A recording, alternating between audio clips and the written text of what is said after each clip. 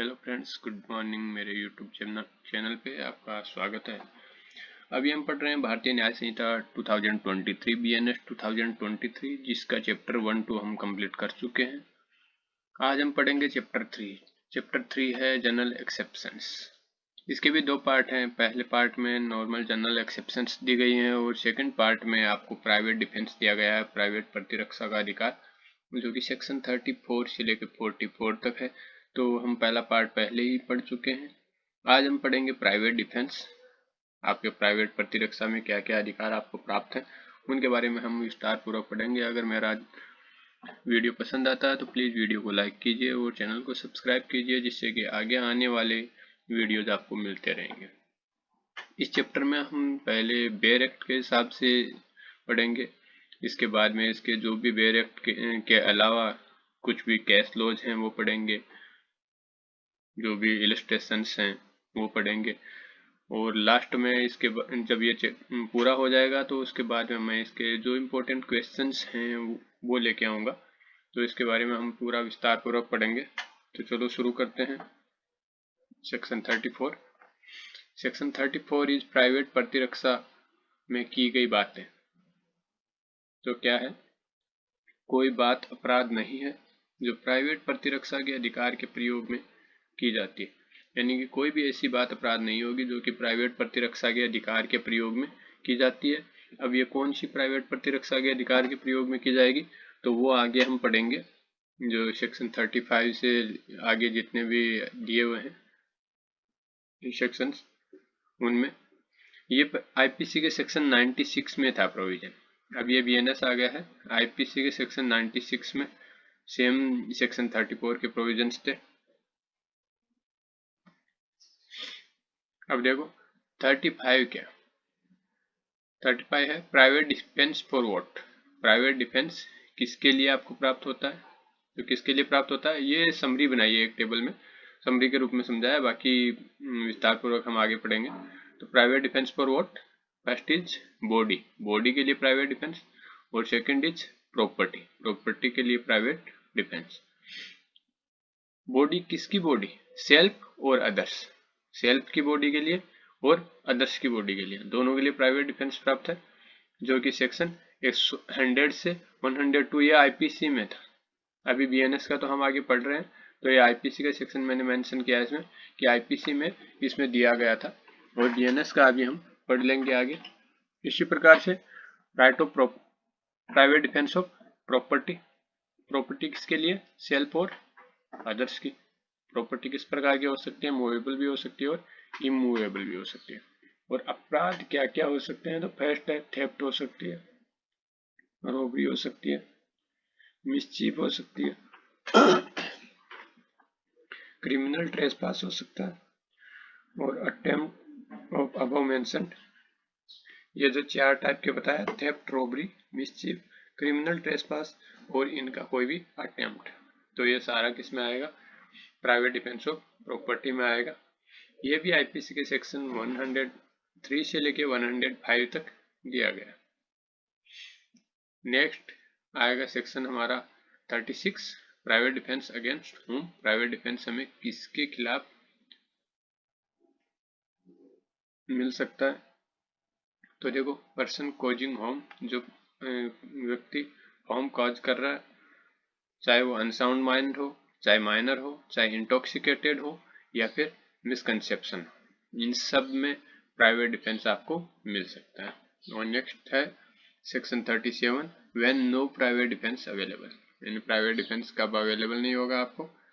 तो first is when there is no reasonable apprehension, जब कोई रीजनेबल एप्रीहेंशन नहीं हो तब।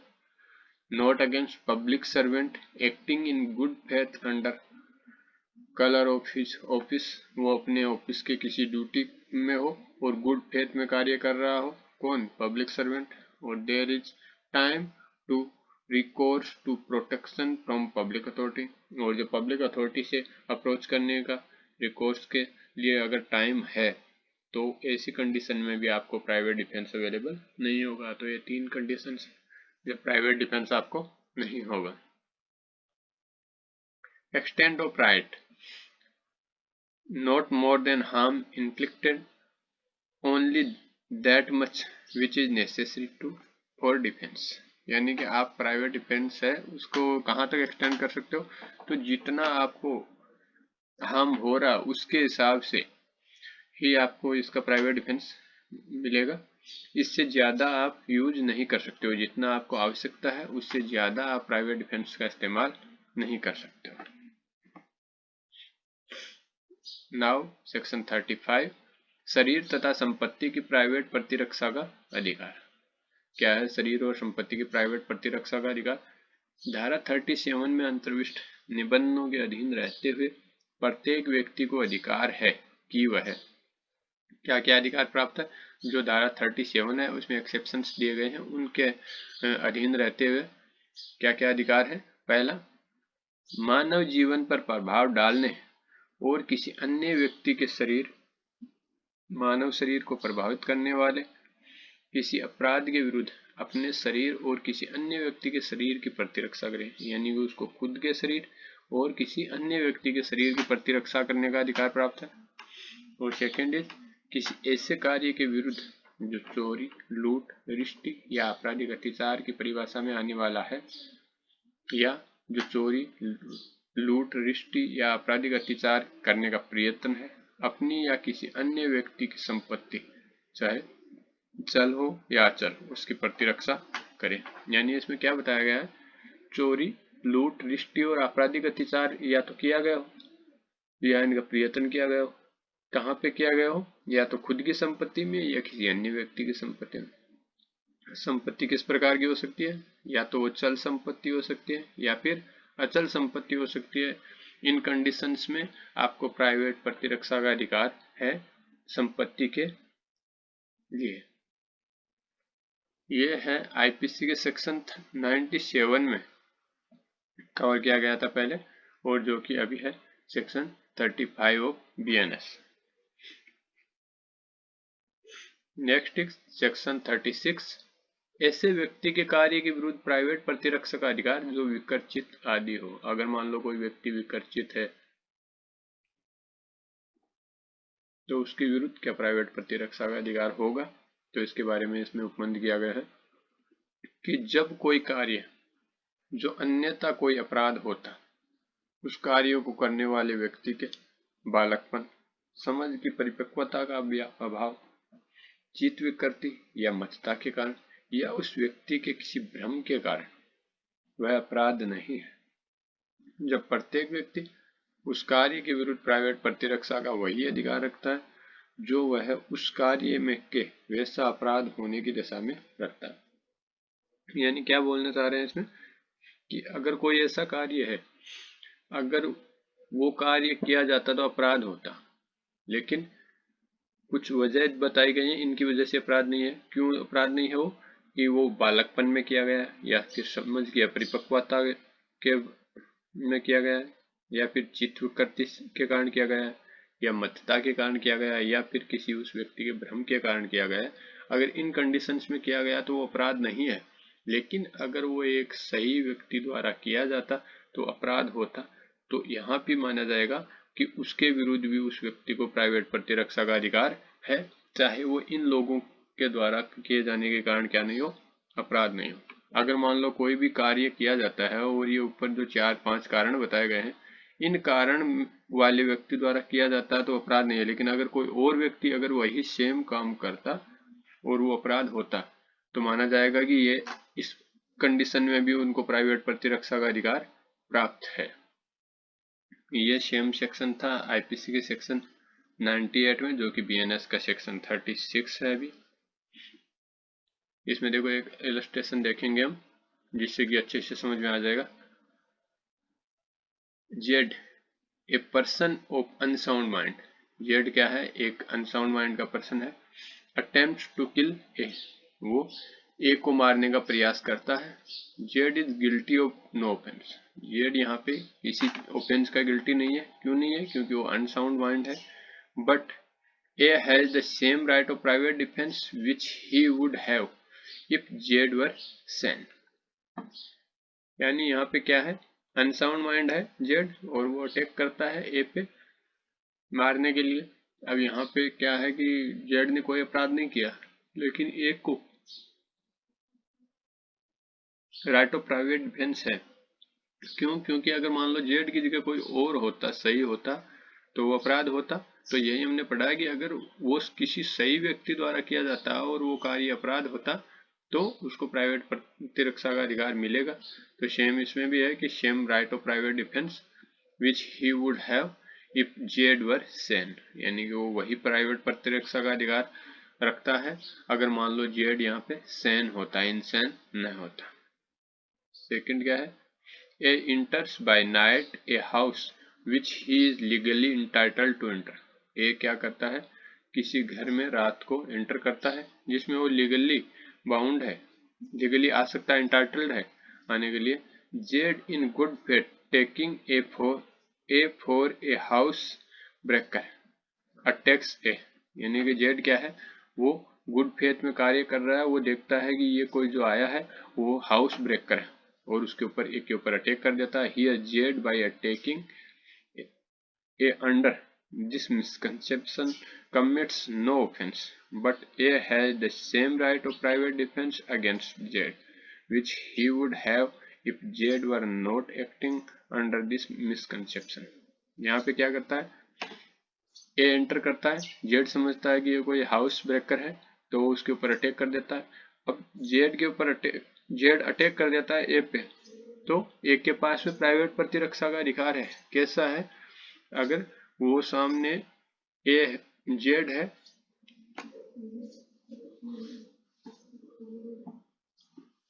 वो मिसकंसेप्शन में अगर नहीं है और फिर उसने अटैक किया है तो उसी प्रकार से उसको राइट ऑफ प्राइवेट डिफेंस होगा जैसे कि वो मिसकंसेप्शन में नहीं है।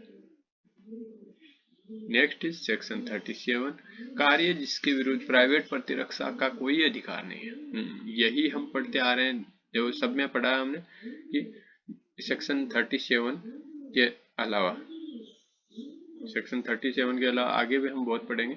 तो क्या कौन कौन से कार्य हैं जिनमें प्राइवेट प्रतिरक्षा का अधिकार नहीं है? तो इसका सबसेक्शन 1 है कि प्राइवेट प्रतिरक्षा का कोई अधिकार नहीं है। फर्स्ट इज, यदि कोई कार्य जिसके मृत्यु या घोर उपत्ति की आशंका युक्तियुक्त रूप से कारित नहीं हो, यानी कोई ऐसा कार्य है जिससे कि न तो मृत्यु की और न ही घोर उपत्ति की आशंका युक्तियुक्त रूप से कारित होती है। सद्भाव पूर्वक अपने पदाभास में कार्य करते हुए किसी लोक सेवक द्वारा किया जाता है, यानी कि सद्भाव पूर्वक किया जाता है किसी लोक सेवक के द्वारा अपने पदाभास में कार्य करते हुए या किए जाने का प्रयास किया जाता है, चाहे वह कार्य विधि द्वारा सर्वथा न्यायानुमत न हो। यानी कि अगर कोई लोक सेवक है अपने पदाभास में सद्भाव पूर्वक कार्य करता है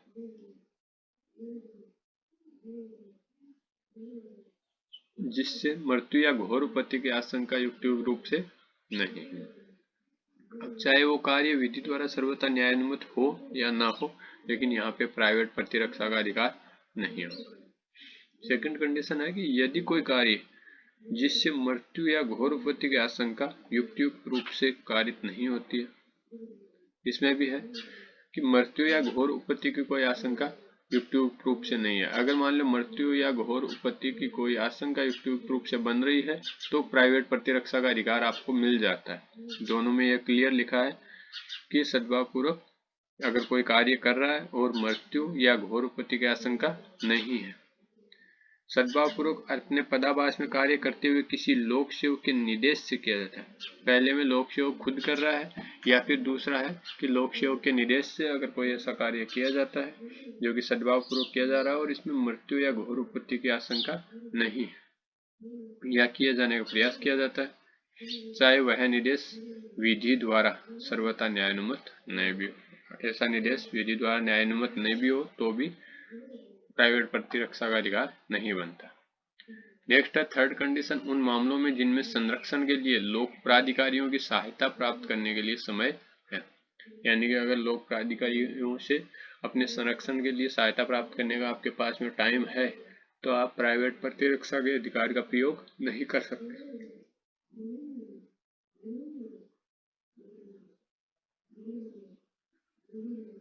इसकी उपधारा 2 है, किसी भी मामले में प्राइवेट प्रतिरक्षा के अधिकार का विस्तार उतनी अफानी से अधिक अफानी करने पर नहीं है जितनी प्रतिरक्षा के प्रयोजन से करना आवश्यक।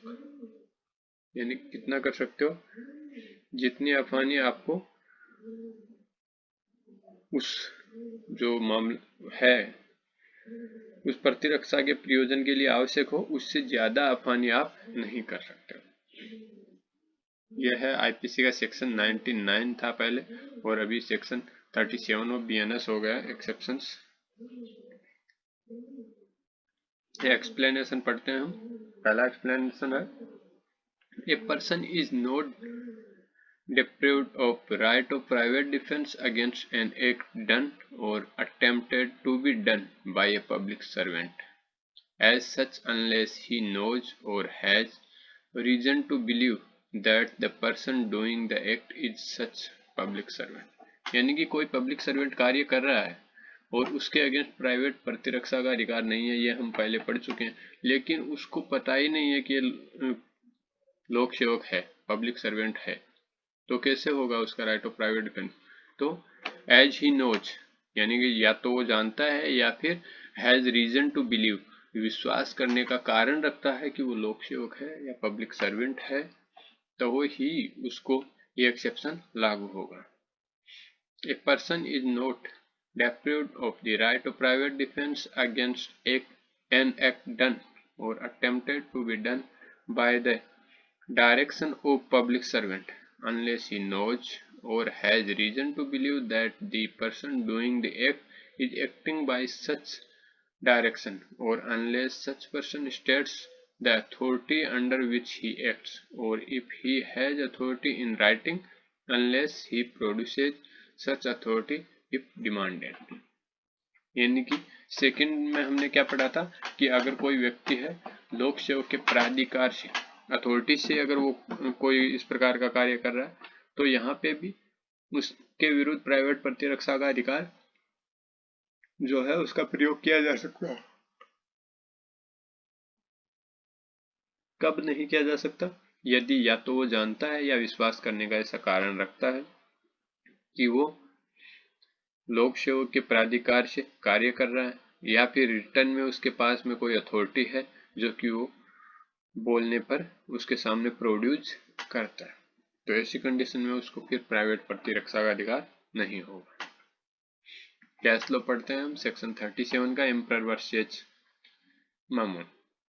The accused 5 in number, accused हैं कितने हैं, 5 in number, went out on a moonlit night armed with clubs and assaulted a man who was cutting rice in their field। यानी कि 5 लोग हैं, अक्यूज लोग 5 हैं, वो एक मूनलिट नाइट थी, उसमें आर्म्ड के साथ में चले जाते हैं और असॉल्ट करते हैं किसकी, a man who was cutting rice in their field.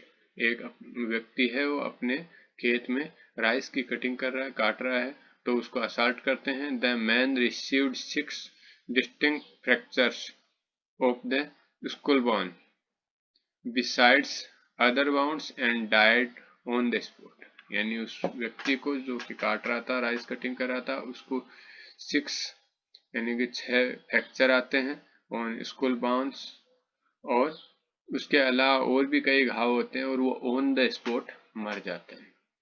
The accused, on being charged with murder, placed right of private defense of their property, held under section 99। ये यहाँ पे 99 जो बताया गया है ये आईपीसी का बताया गया है, क्योंकि जब ये फैसला दिया गया था, जब ये केस हुआ था, तब आईपीसी चलती थी, तो मैंने यहाँ पे चेंज नहीं किया है कि held under section 99 there is no right of private defense in case where there is time to have recourse to the protection of the public authorities।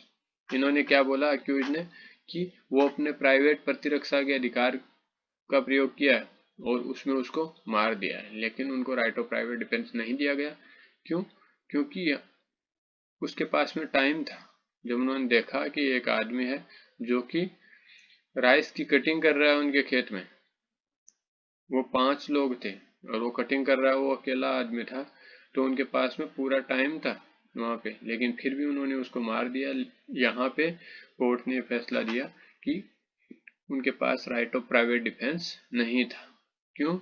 क्योंकि there is time to have recourse to the protection of the public authorities का protection लिया जा सकता था। Second case law है public prosecutor versus Suryanarayan.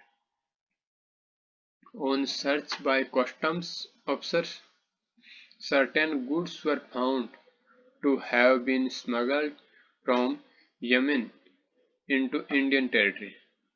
यानी custom के जो अफसर थे उनके द्वारा चेक करने में पाया गया कि कुछ गुड्स हैं, कुछ पदार्थ हैं जो कि यमन से इंडियन टेरिटरी में स्मगल्ड हुए हैं।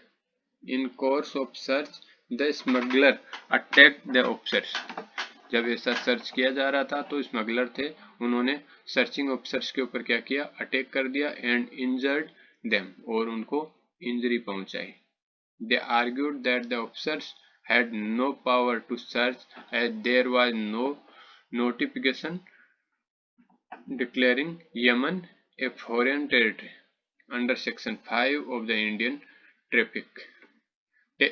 Tariff Act. It was held that the officers had acted in good faith and that the accused had no right of private defense। यहाँ पे क्या किया गया, उन्होंने जब इंजरी पहुंचाई, मामला कोर्ट में आया, तो उन्होंने आर्ग्यू किया कि उनके पास जो कस्टम्स के ऑफिसर्स थे उनके पास कोई पावर नहीं था उनको सर्च करने का, क्योंकि वो जो इंडियन टैरिफ एक्ट क्या बोलता है, उसका सेक्शन 5 बोलता है कि अगर फॉरेन टेरिटरी में इस प्रकार का कोई चीज है तो उसको वो सर्च नहीं कर सकते।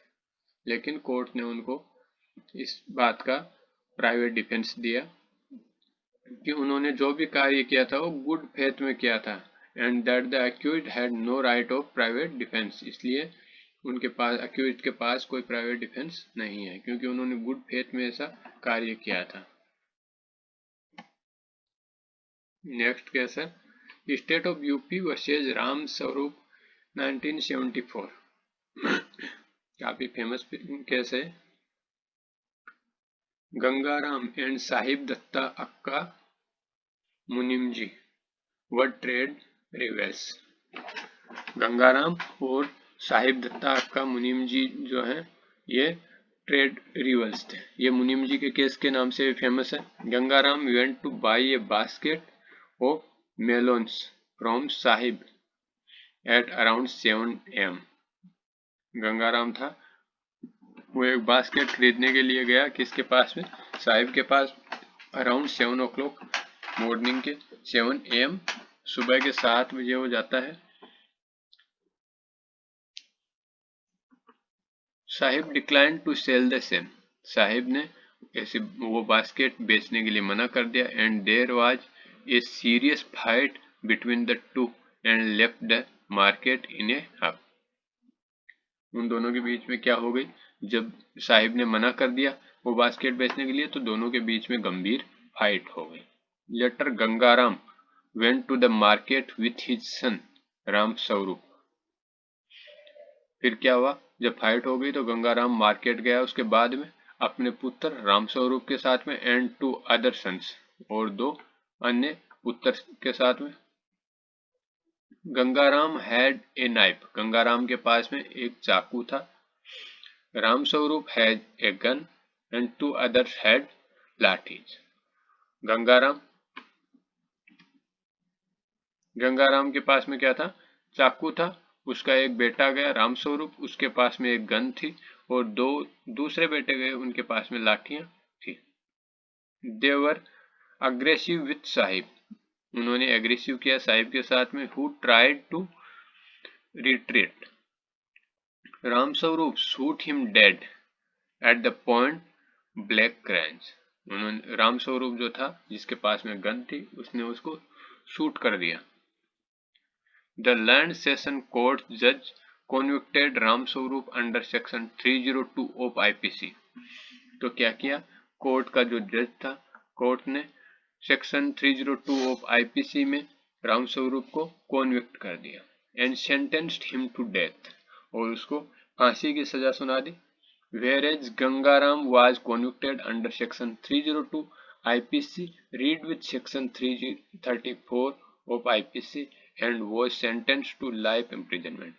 और उसके फादर को, जो गंगाराम है, उसको उन्होंने section 302 IPC read with section 34, जो कि कॉमन इंटेंशन है, इनके साथ में उसको लाइफ इम्प्रिजनमेंट की सजा सुनाई। The other two sons were acquitted from all the charges, और जो दूसरे जो दो सन थे, दो बेटे थे जो लाठी लेके गए थे, उनको सारे चार्ज से मुक्त कर दिया, एक्विट कर दिया। An appeal was made in high court, high court में एक अपील की गई।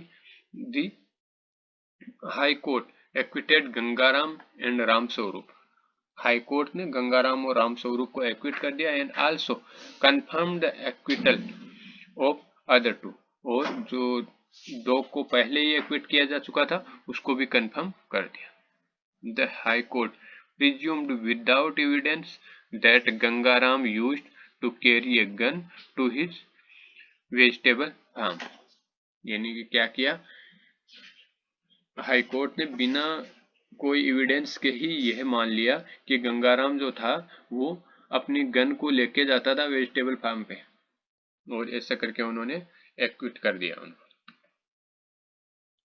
The findings recorded by the High Court that the respondents went to the market for casual purchase and that they had a gun because it was their wont to carry a gun is the very basis of its acceptance of the theory of private defense set up by the respondent। यानी कि वो gun लेके जाते थे usually, और वो इस प्रकार से कोई कैजुअल शॉपिंग के लिए गए थे मार्केट में।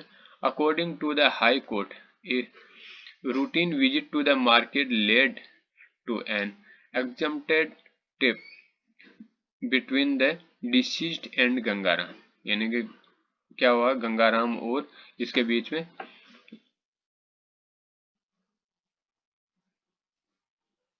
अनएक्सपेक्टेड जो झगड़ा था वो हो गया है। The quarrel assumed the form of grappling. The grappling provoked the servants of the deceased to beat Gangaram with lathis, and the beating encouraged Ramswarup to use the gun in defense of his father. The state by special leave went to the supreme court, यानी कि यहाँ पे high court ने क्या बोला कि ये गंगाराम जो था वो उसके दुकान पे गया डिसिस्ट के, वहां से उससे बास्केट मांगा, उसने नहीं दिया।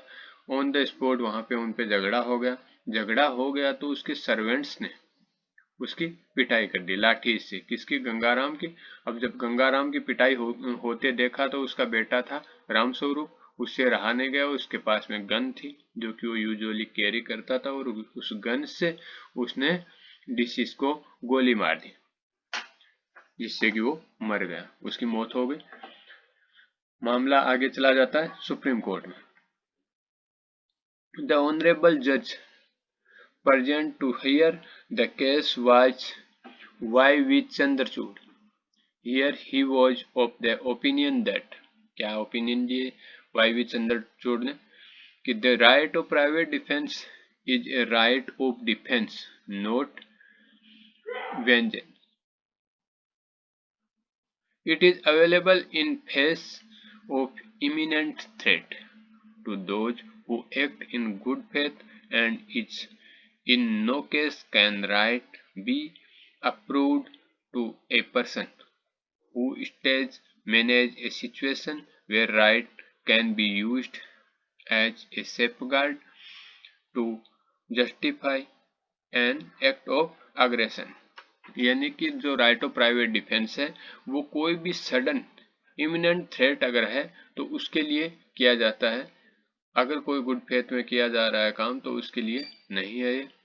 It can be used as a safeguard to justify an act of aggression, ये अग्रेशन में अगर कोई एक्ट किया गया है तो उसको जस्टिफाई करने के लिए आप इसको यूज नहीं कर सकते। If a person goes with a gun to kill another, अगर कोई व्यक्ति किसी गन के साथ दूसरे को मारने के लिए जाता है, he the intended victim has the right of self-defense, but there is no right to kill him to avert him from acting in self-defense. While providing for the right of private defense, the Indian Penal Code has surely not developed a mechanism whereby an attack may be incited as an occurrence for killing. यानी इन्होंने ये बोला कि अगर कोई व्यक्ति gun के साथ में जा रहा है किसी दूसरे व्यक्ति को मारने के लिए, तो जो विक्टिम है उसके पास में राइट ऑफ प्राइवेट डिफेंस है, लेकिन इतना भी नहीं है कि वो सामने वाले की मौत कर दे, उसकी मृत्यु कर दे, हत्या कर दे या मर्डर कर दे उसका।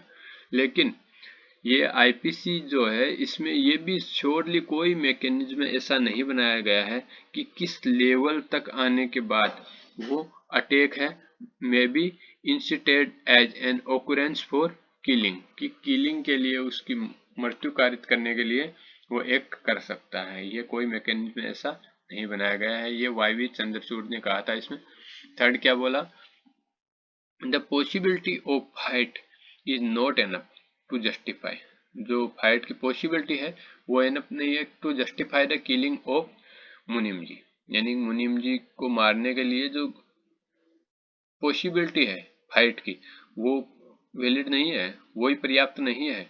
But bearing relevance on the sentence can not be excluded and we would therefore reduce the sentence of death given by the session court to Ramswaroop to life imprisonment। यानी कि ये बोला कि अगर कोई किलिंग है जो पॉसिबिलिटी है फाइट की वो एनफ नहीं है किसी को मारने के लिए, और उन्होंने उसको मुनीम जी को मार दिया, तो इसलिए जो सेशन कोर्ट ने रामस्वरूप को फांसी की सजा सुनाई थी, सेंटेंस ऑफ डेथ सुनाया था, उसको मैं रिड्यूस करता हूँ किसमें, लाइफ इम्प्रिजनमेंट में। And the court also confirms the order of conviction and sentence under section 25(1)(a and section 27 of the Arms Act and direct that all the sentences shall run simultaneously।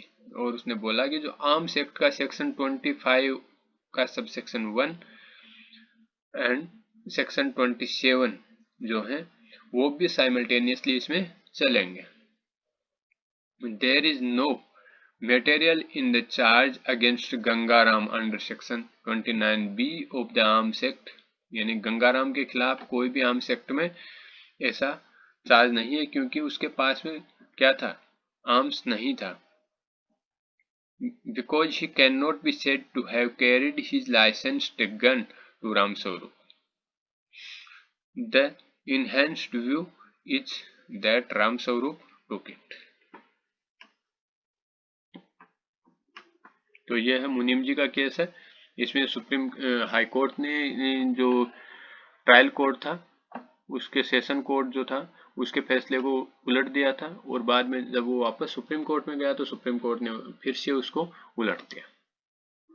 काफी famous case है। अब आगे है section 38 से 40 जो private defence of body के संबंध में है, ये तीनों के तीनों। तो सेक्शन 38 क्या है, एक्सटेंड ऑफ काजिंग डेथ, यानी कि कब प्राइवेट डिफेंस डेथ कॉज करने तक है। 39 होगा extend of causing any harm other than death, यानी डेथ के अलावा कोई दूसरी हार्म करने तक कब है। और commencement of private defence of body, private defence of body का जो है उसका प्रारंभ कब होता है। तो कॉजिंग डेथ कब कब होता है, ये मैंने एक टेबल बनाया है जिसमें कि पहले हम शॉर्ट में समझेंगे, बाद में हम विस्तारपूर्वक आगे देखेंगे कि if assault cause apprehension of, पहला या तो डेथ कॉज करने का हो, या फिर ग्रीवियस हर्ट हो, या रेप हो, या फिर ग्रेटिफाइंग अननेचुरल लस्ट हो, या किडनैपिंग और एब्डक्शन हो, wrongly confining to make him unable to recourse to public authority for release, या फिर throwing और administering acid। अब कब मृत्यु कारित करने के अलावा दूसरी क्षति करने के हो तो ये जो ऊपर हमने 7 पढ़ चुके हैं, इनके अलावा अगर कुछ भी होता है तो उसमें मृत्यु से अलावा कुछ भी हम क्षति कारित कर सकते हैं। और कब प्राइवेट डिफेंस चालू होता है तो कमेंसमेंट होता है व्हेन हार्म अराइजेज, जब हार्म चालू होती है। और ये कंटिन्यू कब तक रहता है, टिल हार्म कंटिन्यू, जब तक हार्म है वो कंटिन्यू रहती है तब तक ये चालू रहता है।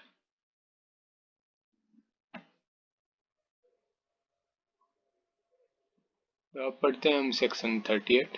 शरीर की प्राइवेट प्रतिरक्षा के अधिकार का विस्तार मृत्यु कारित करने पर कब होता है, यानी कि कब हम अपने प्राइवेट डिफेंस में किसी की मृत्यु कारित कर सकते हैं। तो शरीर की प्राइवेट प्रतिरक्षा के अधिकार का विस्तार धारा 37 में विनिर्दिष्ट निबंधों के अधीन रहते हुए हमलावर की स्वेच्छा मृत्यु कारित करने या कोई अन्य अपहानि कारित करने तक है, यदि वह अपराध जिसके कारण ऐसे अधिकार के प्रयोग का अवसर आता है इसमें इसके बाद परगणित भांतियों में से किसी भी भांति का है। यानी कि जो धारा 37 हमने पढ़ा है उसमें जो निबंधन पाबंदियां जो लगाई गई है उनके अधीन रहते हुए होगा, वो लागू रहेगा। आगे जितने भी हम सेक्शन पढ़ेंगे उनमें सब में भी वो लागू रहेगा। ये जो चैप्टर है उसमें धारा 37 के जो भी अपवाद दिए गए हैं उनको लागू रखते हुए ही सारे काम किए जा सकते हैं। तो 38 में भी क्या है, धारा 37 के जो निबंधन है उनके अधीन रहते हुए मृत्यु या फिर कोई अन्य अपहानि कारित की जा सकती है। कब की जा सकती है, तो पहला क्या है, ऐसा हमला जिससे युक्तियुक्त रूप से यह आशंका कारित हो कि अन्यथा ऐसे हमले का परिणाम मृत्यु होगा। यानी कि कोई इस प्रकार का हमला हुआ जिससे आशंका है युक्तियुक्त रूप से कि अगर कुछ नहीं किया गया तो इससे मृत्यु होनी संभाव्य है। दूसरा है ऐसा हमला जिसे युक्तियुक्त रूप से यह आशंका कारित हो कि अन्यथा ऐसे हमले का परिणाम घोर उपति होगा। यानी कि ऐसे हमले का परिणाम क्या होगा, घोर उपति होगा। थर्ड है बलात्संग करने के आशय से किया गया कोई हमला, यानी कोई इस प्रकार का हमला किया जाता है रेप कारित करने के लिए, तो वो इसमें आता है। थर्ड इज प्रकृति विरुद्ध काम तृष्णा की तृप्ति के आशय से किया गया कोई हमला, यानी कोई प्रकृति विरुद्ध काम तृष्णा की तृप्ति के लिए कोई हमला करता है तो वो इसमें आएगा। फिफ्थ इज व्यपहरण या अपहरण करने के आशय से किया गया कोई हमला, कोई व्यक्ति है वो किसी का व्यपहरण या फिर अपहरण करने के लिए हमला करता है।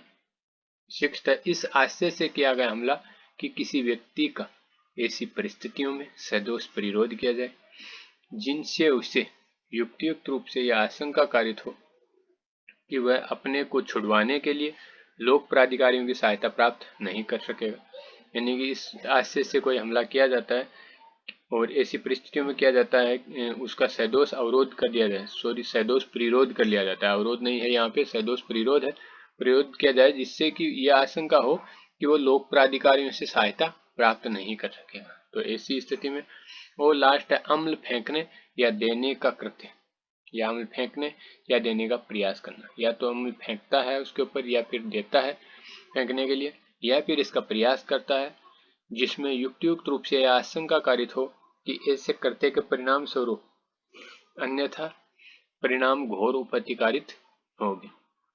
तो इन 7 कंडीशंस में अपने प्राइवेट डिफेंस में, सेल्फ डिफेंस में सामने वाले की मृत्यु कारित की जा सकती है। ये था आईपीसी के सेक्शन 100 में, जो कि अभी बीएनएस के सेक्शन 38 में है। केस लॉज पढ़ते हैं हम इसके। तो पहला है अमजद खान वर्सेस दी स्टेट 1952 का है। Court held that accused had reasonable grounds for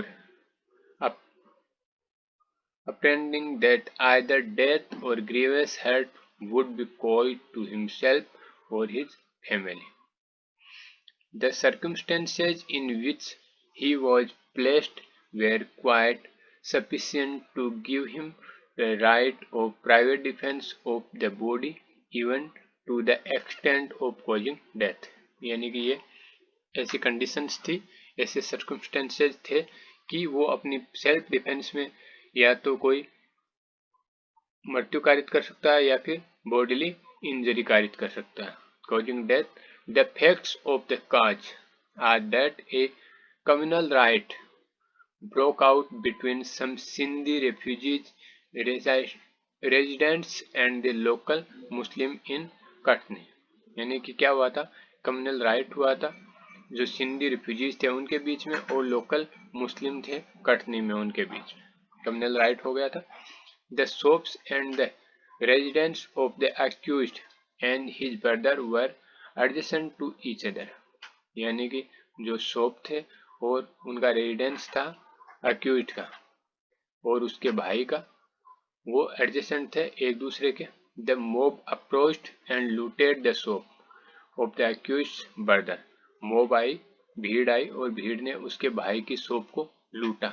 the accused fired on hearing this alarming news at the crowd through the hole in the wall of his dwelling house near the soap, which resulted in the death of one Sindhi and injury to 3 other Sindhis। उसने क्या किया, उसने fire किया। accused fired on hearing, accused ने क्या किया, fire किया। this alarming news or the crowd through the hole of the wall of his dwelling house, dwelling house जो था उसके वाल के होल से, near the soap which resulted, और जब वो उसने फायर किया तो उसका परिणाम क्या रहा कि डेथ ऑफ वन सिंधी, उनमें से एक सिंधी की मौत हो गई और 3 दूसरे सिंधी को इंजरी हुई। तो इसमें क्या क्या दिया गया, उसको राइट ऑफ प्राइवेट डिफेंस दिया गया था कोर्ट की तरफ से। नेक्स्ट केस लॉ है नंद किशोर लाल वर्सेज एम्परर 1924। देश आजाद होने से पहले का है। Accused who were Sikhs, accused थे वो सिख थे। Abducted a Muslim married woman and converted her Sikhism. उन्होंने क्या किया, एक मुस्लिम मैरिड वुमन थी उसको अबडक्ट किया इन्होंने और उसको कन्वर्ट कर दिया सिख में। Nearly a year after the abduction, जब उसको अगवा किया गया था उसके 1 साल बाद, the relatives of the women's husband came and demanded her return from the accused. 1 साल बाद में उसके जो पहले का हस्बैंड था उसके रिलेटिव्स उसके घर आए और उसको रिटर्न करने के लिए अक्यूज्ड को बोला। The latter refused to comply and the woman herself expressly stated that unwillingness to rejoin her Muslim husband। यानी कि उसने अक्यूज ने क्या कर दिया, मना कर दिया।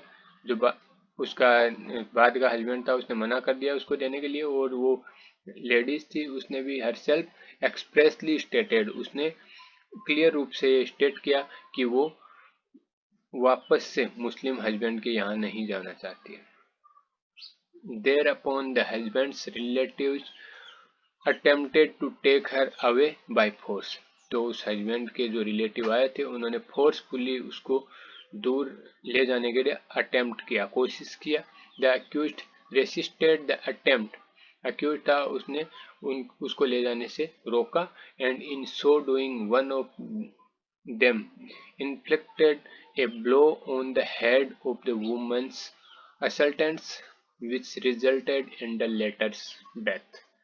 और उस अटेम्प्ट में जब वो ले जाने की कोशिश कर रहे थे उनके बीच बचाव में उसने क्या किया कि किसी को चोट पहुंचाई जो कि उसके सिर में लगी और बाद में उसकी मौत हो गई। It was held that the right of the accused to defend the woman against her assaulting extended under this section to the accusing of death and they had therefore committed no offense। तो बाद में साबित किया गया कि उसने जो भी काम किया था उसने एक किसी लेडीज की असल्ट होने से बचाने के लिए किया था। उसी बचाने के दौरान उससे जो चोट लगी उसके वजह से मृत्यु हो गई। That's why he did not committed any offence, means उसने कोई ऑफेंस नहीं किया। तो चेक सेक्शन 38 कंप्लीट हो गया। Next is section 39। सेक्शन 38 था कि कब डेथ कारित की जा सकती है। 39 है कब डेथ के अलावा कुछ किया जा सकता है, कब ऐसे अधिकार का विस्तार मृत्यु से भिन्न कोई अपहानि कारित करने तक होता है। यदि अपराध धारा 38 में विनिर्दिष्ट विवरणों में से किसी भी प्रकार का, यानी धारा 38 में जो विवरण दिए गए हैं उनमें से किसी भी प्रकार का है तो शरीर की प्राइवेट प्रतिरक्षा के अधिकार का विस्तार हमलावर की मृत्यु स्वेच्छा कारित करने तक का नहीं होता है। यानी कि धारा 8 में से किसी प्रकार का नहीं है, जो 38 दिया गया है उससे अलग है कुछ, तो आप मृत्यु कारित नहीं कर सकते। किंतु इस अधिकार का विस्तार धारा 37 में विनिर्दिष्ट निबंधों के अधीन रहते हुए हमलावर की मृत्यु से भिन्न कोई अन्य अपानी स्वेच्छा कारित करने तक होता है। जैसा कि मैंने बताया, धारा 37 के निबंधन सबके ऊपर लागू रहेंगे, उनके अधीन रहते हुए मृत्यु से भिन्न कोई भी दूसरी अपानी कारित की जा सकती है। यह आईपीसी के सेक्शन 101 में था, जो कि अभी बीएनएस सेक्शन 39 में है। केस लो पढ़ते हैं इसमें भी। Mahendra Pal Joni versus state of Punjab.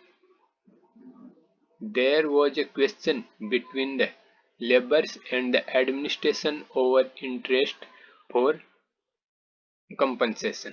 Compensation के लिए जो लेबर्स थे उनके बीच में और एडमिनिस्ट्रेशन के बीच में क्वेश्चन था। The labours tossed brick bats at the industrial faculty. The proprietor of the industrial faculty turned out and terminated with a pistol.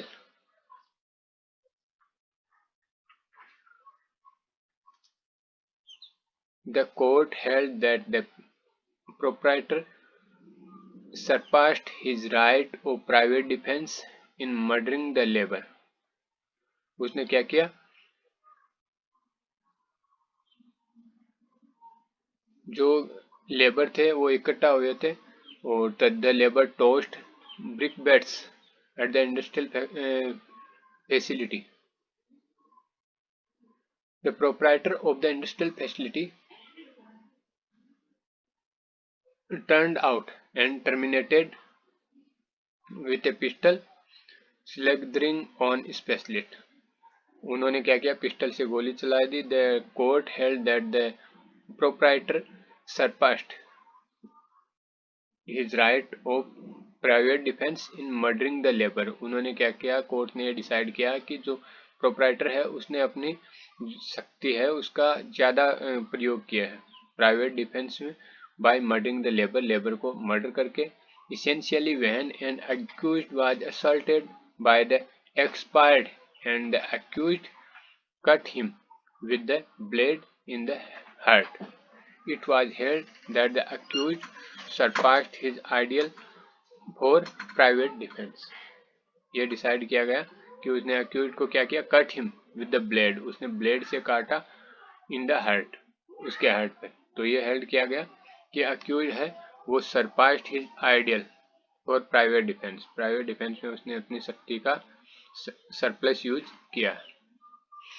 Next case law है Baljit Singh versus state of Uttar Pradesh. The accused party was in the ownership of some contested land. जो accused party है वो ownership रखती थी कुछ contested land का। द complainant's party trespassed into the land outfitted with lathis. जो कंप्लेंटेंट है उसकी पार्टी ने ट्रेसपास किया in the land आउटफिटेड with the lathis, lathis के साथ में। The denounced party attempted to shield the land from trespass, according of which the accused assaulted the expired and caused 72 wounds, which brought about the death of expired. It was held that the accused surpassed his private privilege for private defense. इन्होंने क्या किया, surpassed his privilege for private defense.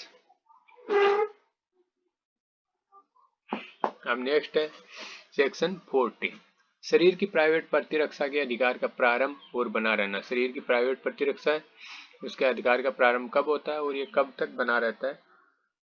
तो शरीर की private प्रतिरक्षा उसी क्षण प्रारंभ हो जाती है जब अपराध करने के प्रयत्न या धमकी से शरीर को संकट की युक्तियुक्त आशंका पैदा होती है, चाहे वह अपराध किया न गया हो और वह तब तक बना रहता है जब तक शरीर के संकट की ऐसी आशंका बनी रहती है। यानी कि वो उस टाइम पे प्रारंभ हो जाता है जब अपराध करने का प्रयत्न किया गया है या फिर उससे धमकी दी गई है, जिससे कि शरीर के संकट की युक्तियुक्त आशंका पैदा हो जाती है। अब चाहे वो अपराध किया ना गया हो, लेकिन अगर इस प्रकार का प्रयत्न या धमकी दी गई है तो वो शुरू हो जाता है और ये तब तक बना रहता है जब तक कि ऐसे संकट की ऐसी आशंका बनी रहती है, तब तक ये भी बना रहेगा। ये आईपीसी के सेक्शन 102 में था, सेक्शन 102, जो कि बीएनएस का सेक्शन 40 है। इसका भी एक केस लॉ है, तो केस लॉ पढ़ते हैं। काला Singh versus state of Punjab 1966। This deceased, who was a strong man of dangerous character and who had killed one person previously, picked up a quarrel with the accused. क्या है कि जो deceased person है वो एक स्ट्रॉन्ग मैन है, dangerous character का, उसका करेक्टर बहुत ही डेंजर है, and who had killed one person previously, उसने पहले भी एक व्यक्ति को मारा है, picked up a quarrel with the accused, उसके साथ में एक झगड़े में। A victim, he threw the accused on the ground, उसने एक्यूज्ड को ग्राउंड पे फेंक दिया। Pressed his neck and beat him, उसकी गर्दन दबाई और उसकी पिटाई कर दी। The accused when he was free from the clutches of the brute took up a light hatchet and gave 3 blows of the same on the brute's head. The deceased died 3 days later. Deceased था, उसने 3 blow किए, उसके ऊपर वार किए, तो the deceased died 3 days later. deceased है वो 3 दिन बाद में मर गया. It was held that the conduct of the deceased was aggressive. जो डिसीज्ड का कंडक्ट था वो अग्रेसिव था, and the circumstances raised a strong apprehensions in the mind of the accused, जो माइंड एक्यूज्ड के माइंड में था वो स्ट्रॉन्ग अप्रीहेंशंस थे उसके, that he would be killed otherwise, कि अगर उसको कुछ नहीं किया गया तो वो उसको मार देगा। The apprehensions however must be reasonable and the violence inflicted must be proportionate and commensurate with the equality and character of the act done. Ideal threat and every apprehension of a rash and timid mind will not justify that the exercise of the right of private defense. काफी important case law है। अब हम देखते हैं आगे, ये अभी तक हमने शरीर की प्राइवेट प्रतिरक्षा पढ़ी थी, अब हम प्रॉपर्टी की प्राइवेट प्रतिरक्षा पढ़ेंगे, जो कि है सेक्शन 41, 42 एंड 43 में। तो पहला 41 क्या है, एक्सटेंडेड टू कॉज डेथ, यानी कि कब प्रॉपर्टी की प्राइवेट डिफेंस में डेथ कॉज की जा सकती है। तो ऑफ ऑफेंसेज इज ऑफ किस किस का हो, या तो रोबरी का हो, या हाउस ब्रेकिंग बाय नाइट हो, mischief by fire on tent vessel और बिल्डिंग हो, या फिर theft, mischief, house trespass, causes apprehensions of death और ग्रीवियस हर्ट, यानी कि कोई थेफ्ट हो, मिसचीफ हो, हाउस हो, ट्रेसपास हो, जो कि अप्रीहेंशंस टू डेथ और ग्रीवियस हर्ट करते हैं। और सेक्शन 42 क्या है, extend to cause any harm other than death. Other than death कब हो सकती है, जब ये वाले जो 41 के 4 काज हैं इनके अलावा अगर कोई अदर ऑफेंस किया जाता है तो 42 लागू होती है। 43 है commencement of private defence of property. Commencement यानी शुरू कब होती है, तो ये 4 अलग अलग कंडीशन में है, पहले थेफ्ट में, फिर रोबरी में, क्रिमिनल ट्रेसपास या मिसचीफ, या हाउस ब्रेकिंग बाय नाइट। तो क्या है, थेफ्ट में क्या होती है, offender retreat with property, assistance of public authority is obtained and property has been recovered. यानी कि कब लागू होती है, कमेंसमेंट कब होता है इसका, कि ऑफेंडर रिट्रीट्स विद प्रॉपर्टी, और ये कब तक रहता है, assistance of property public authority is obtained, जब तक या तो पब्लिक अथॉरिटी की असिस्टेंट नहीं प्राप्त हो जाती, या प्रॉपर्टी हैज बीन रिकवर्ड, या फिर प्रॉपर्टी रिकवर नहीं हो जाती तब तक। रॉबरी के लिए क्या है, as long as offender causes और अटेम्प्ट्स, जैसे ही रॉबरी में कब होता है, जब भी या तो क्या करता है,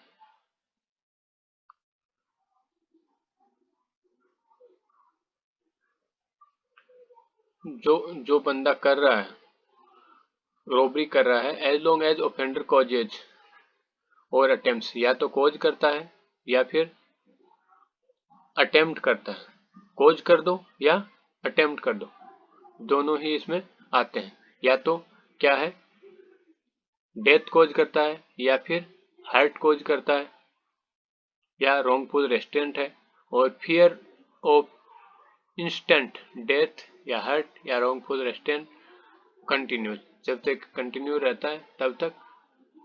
क्रिमिनल ट्रेसपास या मिसयूज क्या है, as long as the offender continues in commission of criminal trespass और मिसचीव, जब तक ये कंटिन्यू रहता है क्रिमिनल ट्रेसपास या मिसचीव तब तक चलता है। हाउस ब्रेकिंग बाय नाइट, तो as long as the house trespass which has begun by such house breaking continue, यानी जब तक ये कंटिन्यू रहता है।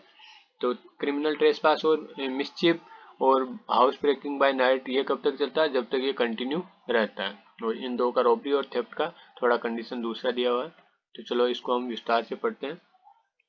41 क्या है, कब संपत्ति की प्राइवेट प्रतिरक्षा के अधिकार का विस्तार मृत्यु कारित करने तक होता है, यानी कि संपत्ति की प्राइवेट प्रतिरक्षा के अधिकार का विस्तार मृत्यु कारित करने तक कब होता है।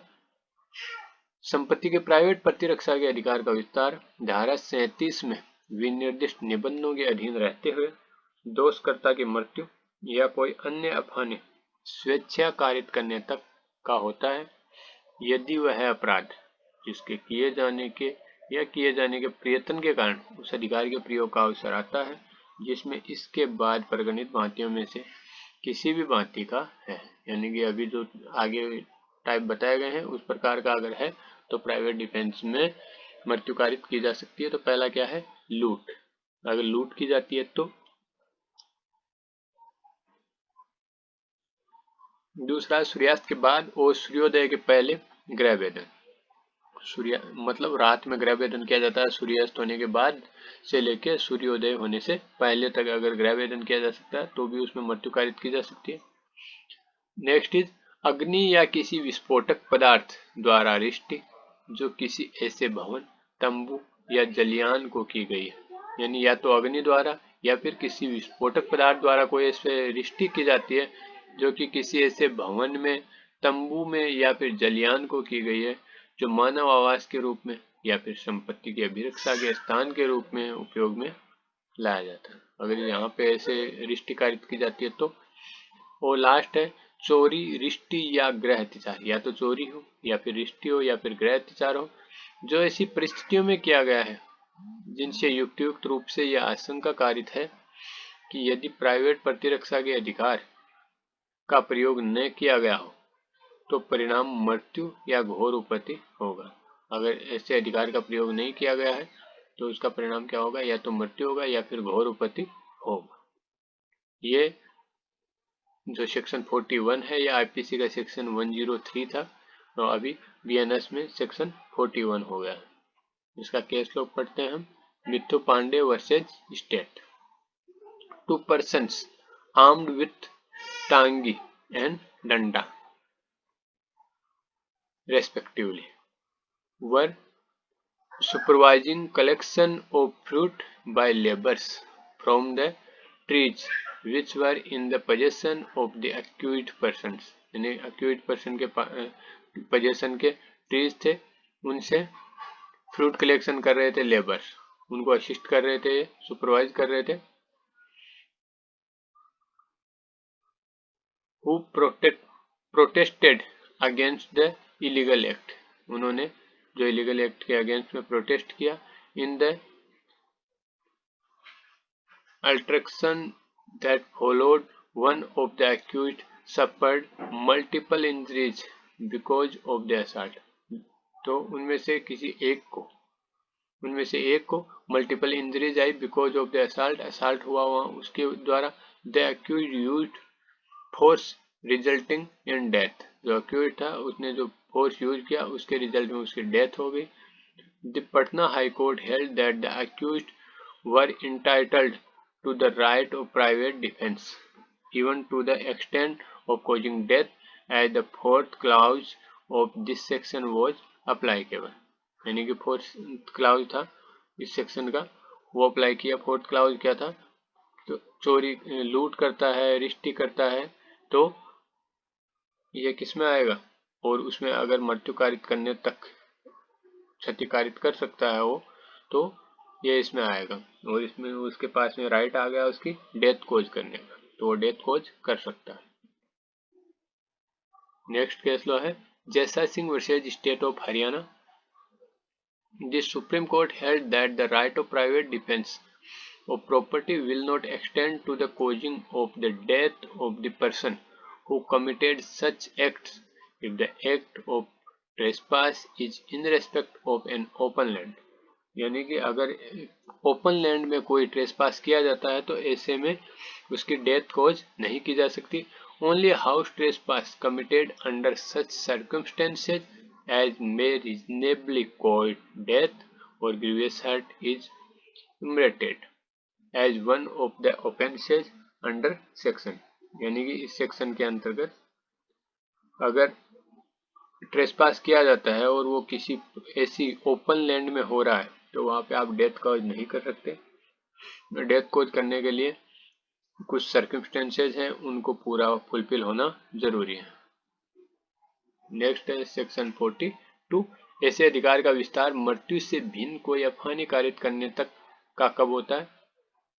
यानी कि 41 में हमने पढ़ा कि डेथ कोज की जा सकती है। अब डेथ के अलावा कुछ और अफहानी कब कारित की जा सकती है, तो यदि वह अपराध जिसके किए जाने या किए जाने के प्रयत्न से प्राइवेट प्रतिरक्षा के अधिकार का प्रयोग का अवसर आता है।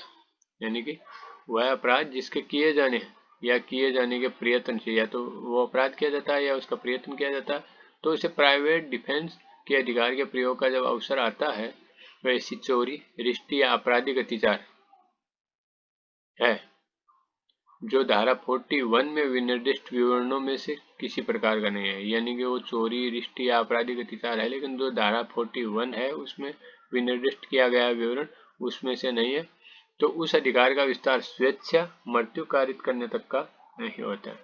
तो ऐसे में उस अधिकार का विस्तार है वो मृत्यु कारित करने तक नहीं होगा, किंतु उसका विस्तार धारा 37 में विनिर्दिष्ट उपबंधों के अधीन रहते हुए दोषकर्ता की मृत्यु से भिन्न कोई अपहानि स्वेच्छा कारित करने तक का होगा। वो क्या होगा, दोषकर्ता जो है उसकी मृत्यु से भिन्न कोई अपहानि कारित करने का तक हो सकता है। यह आईपीसी के सेक्शन 104 में दिया गया था, जो अभी 42 में। इसमें भी एक केस लॉ है वीसी चेरियन वर्सेज स्टेट। क्या है, the 3 deceased person along with some other persons had illegally laid a road through the private property of a church. A criminal case was pending in the court against them। एक उनके खिलाफ criminal case pending था court में। The 3 accused persons belonging to the church put up barricades across the road with a view to close it down। यानी कि जो church के 3 persons थे उन्होंने वहां पे बैरिकेड्स लगा दिए उस रोड को यूज न करने के लिए। The 3 deceased who started removing these barricades, जो 3 लोग डिसीज्ड लोग हैं तीनों, इन्होंने उन बैरिकेड्स को हटाना शुरू कर दिया। were stabbed to death by the accused। The Kerala High Court agreed that the church people had the right of private defense but not to extend the causing death of unarmed deceased person। यानी कि Kerala high court ने decide किया कि वो तीनों लोग, church के लोग, प्राइवेट डिफेंस का अधिकार रखते हैं, लेकिन इतना नहीं रखते हैं कि उससे किसी की डेथ कोज की जा सके ऑफ अनआर्म्ड डिसीज्ड पर्सन, जो अनआर्म्ड है डिसीज पर्सन, उसके खिलाफ में इतना राइट नहीं रखते हैं। Whose conduct did not fall under section 103 of the code, यानी कि वो 103 जो आईपीसी का है उस सेक्शन के अंतर्गत नहीं आते हैं, मीन्स बीएनएस के सेक्शन 41 के अंतर्गत वो नहीं आते हैं, डेथ कोज नहीं कर सकते। नेक्स्ट है 43 में ये मैंने आपको बता दिया है पहले कि कब तक ये बना रहता है, तो चारों के बारे में हम पढ़ चुके हैं। नेक्स्ट इज सेक्शन 43,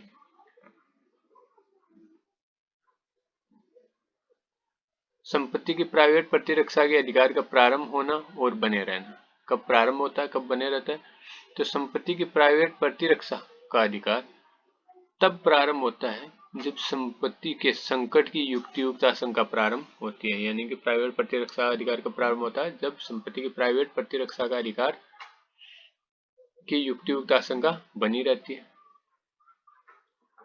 अब वो कब तक बने रहता है, तो चोरी के विरुद्ध जो अधिकार है अपराधी की संपत्ति सहित पहुंच से बाहर हो जाने तक, या तो संपत्ति सहित पहुंच से बाहर हो जाए अथवा या तो लोक प्राधिकारियों की सहायता भी प्राप्त कर ले, या तो संपत्ति सहित बाहर हो जाए या लोक प्राधिकारियों की सहायता प्राप्त कर ले, या संपत्ति बरामद हो जाने तक वो बना रहता है, या फिर संपत्ति बरामद हो जाए। जो 3 कंडीशंस हैं चोरी के विरुद्ध अधिकार कब तक बना रहता है, या तो संपत्ति के साथ वो पहुंच से बाहर हो जाए, या लोक प्राधिकारियों की सहायता मिल जाए, या फिर संपत्ति बरामद हो जाए।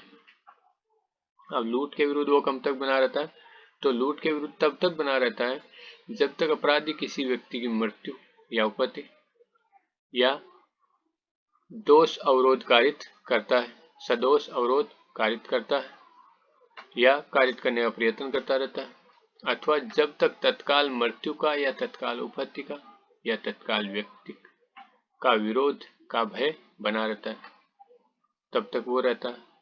और आपराधिक अत्याचार या रिष्टि के विरुद्ध कब तक बना रहता है, तब तक बना रहता है जब तक अपराधी आपराधिक अत्याचार या रिष्टि करता रहता है, यानी जब तक आपराधिक अत्याचार या रिष्टि करता रहता है तब तक। या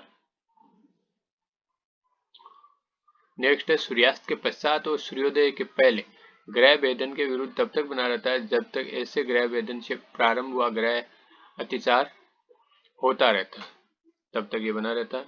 ये सेक्शन 43 जो है आईपीसी के सेक्शन 105 में था, जो कि अभी 43 में। कैश लो है इसमें एक नागा पीयू के versus emperor 1933 accused corpse were being stolen by the persons illegally, यानी जो accused है उसकी फसल जो है वो illegally कुछ लोगों के द्वारा चुराई जा रही थी। He attacked on driver for cart, उसने क्या किया, जो कार्ट आई थी उस कार्ट के ड्राइवर पर अटैक किया। He left court and ran behind driver and killed one of them, वो क्या किया, उसके पीछे दौड़ा और उन्होंने उनमें से एक को मार दिया। Court held that the corpses were recovered by accused. His right of private defense seized and accused was held guilty of murder. यानी कि वो छोड़ के भागने लगे तो उनके पीछे दौड़ के उनमें से किसी एक को मार दिया। कोर्ट ने डिसाइड किया कि उसका राइट ऑफ प्राइवेट डिफेंस तभी खत्म हो गया था जब वो अपनी उसकी फसल को छोड़ के भागने लगे थे, क्योंकि वो उसके रिकवर हो गया था। लूट का मामला तभी तक चलता जब तक वो रिकवर नहीं हो जाता, रिकवर हो गया तो उसके बाद में उसके पास में कोई राइट ऑफ प्राइवेट डिफेंस नहीं है। And last section is section 44, घातक हमले के विरुद्ध प्राइवेट प्रतिरक्षा का अधिकार जबकि निर्दोष व्यक्ति को अपहानि होने का जोखिम है। यानी कि कोई घातक हमला हुआ है तो उसके विरुद्ध प्राइवेट प्रतिरक्षा का अधिकार क्या है, जबकि कोई निर्दोष व्यक्ति को हानि होने की संभाव्यता उसमें है, जिस हमले से मृत्यु की आशंका युक्त रूप से कारित होती है, उसके विरुद्ध प्राइवेट प्रतिरक्षा के अधिकार का प्रयोग करने में यदि प्रतिरक्षक ऐसी स्थिति में है कि निर्दोष व्यक्ति की अपहानि की जोखिम के बिना वह उस अधिकार का प्रयोग कार्य साधक रूप से नहीं कर सकता, तो उसके प्राइवेट प्रतिरक्षा के अधिकार का विस्तार वह जोखिम उठाने तक है। अगर मान लो कि कोई मृत्यु कारित करने की आशंका से युक्त रूप से कोई हमला किया जाता है और वो अगर उसमें प्राइवेट डिफेंस यूज करता है और इससे किसी निर्दोष व्यक्ति की मृत्यु कारित होने तक या कोई उससे अपहानि कारित होने की संभाव्यता है तो वो हानि कारित कर सकता है और अपनी सेल्फ डिफेंस यूज कर सकता है। ये आईपीसी के सेक्शन 106 में था, जो कि सेक्शन 44 ऑफ बीएनएस में आया। अभी इलस्ट्रेशन पढ़ते हैं इसमें। Is attacked by a mob who attempt to murder him. A ने एक मॉब पे अटैक किया, attacked by a mob, mob ने ए पे अटैक किया, हु अटेम्प्ट मर्डर हिम, जो कि उसको मार देना चाहते थे, मारने का प्रयास कर रहे थे। He can not effectually exercise his right of private defense without firing on a mob, and he cannot fire without risk of harming young children who are mixed with the mob। यानी कि उसके ऊपर mob ने हमला कर दिया, अब वो फायर कर सकता है, फायर करेगा तभी मॉब उसको छोड़ेगी, और अगर वो फायर करता है तो सामने कोई एक बच्चा है उस मॉब में, तो उस बच्चे को चोट लग सकती है। एक और उसने ऐसी स्थिति में भी उस पर क्या कर दिया, फायर कर दिया। A commits no offence if by so firing he harms any of the children. उसने फायर किया, अगर मान लो वो बच्चे को लग भी जाता है तो भी उसने कोई ऑफेंस नहीं किया, क्योंकि वहाँ सेक्शन 44 लागू हो जाएगा। और 44 बोलता है कि अगर मान लो सेल्फ डिफेंस में उसको गोली भी चलानी पड़ती है और जिससे किसी निर्दोष को क्षतिकारित हो सकती है तो भी वो कर सकता है। एक केस लॉ है इसमें, Vasant Singh versus the state of Punjab 1995। There was a fight between two groups of peoples के लोगों के दो ग्रुप थे, उनके बीच में फाइट हो गई। The accused received 9 injuries, accused को 9 इंजरीज आई थी, and in exercising private defence he shoot at the assailants with his gun which hit an innocent woman bystander। उसने क्या किया, उसको 9 इंजरीज आई थी, उसने अपने प्राइवेट डिफेंस में गोली चला दी और गोली एक निर्दोष महिला को लगी जो पास में ही खड़ी थी, कॉजिंग हर डेथ, उसकी मौत हो गई। The supreme court held that the accused had the right of private defence and hence he was acquitted. Supreme court ने डिसाइड किया कि उसको अक्यूज्ड को प्राइवेट डिफेंस का अधिकार था और उसने अपने प्राइवेट डिफेंस में ये गोली चलाई थी, जिससे कि वो एक्विटेड मीन्स उसको निर्दोष साबित कर दिया गया सुप्रीम कोर्ट के द्वारा। Section 106 of IPC read with section 100 of the IPC. जो सेक्शन 106 है वो रीड विथ 100 ऑफ आईपीसी। ये आईपीसी के सेक्शन है, आईपीसी के इसलिए बताए हैं क्योंकि ये जब केस हुआ था तब आईपीसी था, बीएनएस नहीं था। Therefore applies to a case of extreme necessity in which a person is entitled to run the risk of harming an innocent person in order to save himself या herself from mortal injury। Means वो अपने आप को ऐसी mortal injury से बचाने के लिए ऐसा कार्य कर सकता है। तो ये हो गया हमारा राइट ऑफ प्राइवेट डिफेंस, जिसमें हमने पढ़ा है कब हम प्राइवेट डिफेंस का यूज अपनी सेल्फ की डिफेंस के लिए कर सकते हैं, शरीर के लिए, और कब संपत्ति के प्राइवेट डिफेंस में हम इस अधिकार का प्रयोग कर सकते हैं। नेक्स्ट वीडियो में मैं इसके इम्पोर्टेंट क्वेश्चंस लेके आऊँगा। अगर मेरा वीडियो पसंद आता है तो प्लीज़ वीडियो को लाइक कीजिए। Thank you.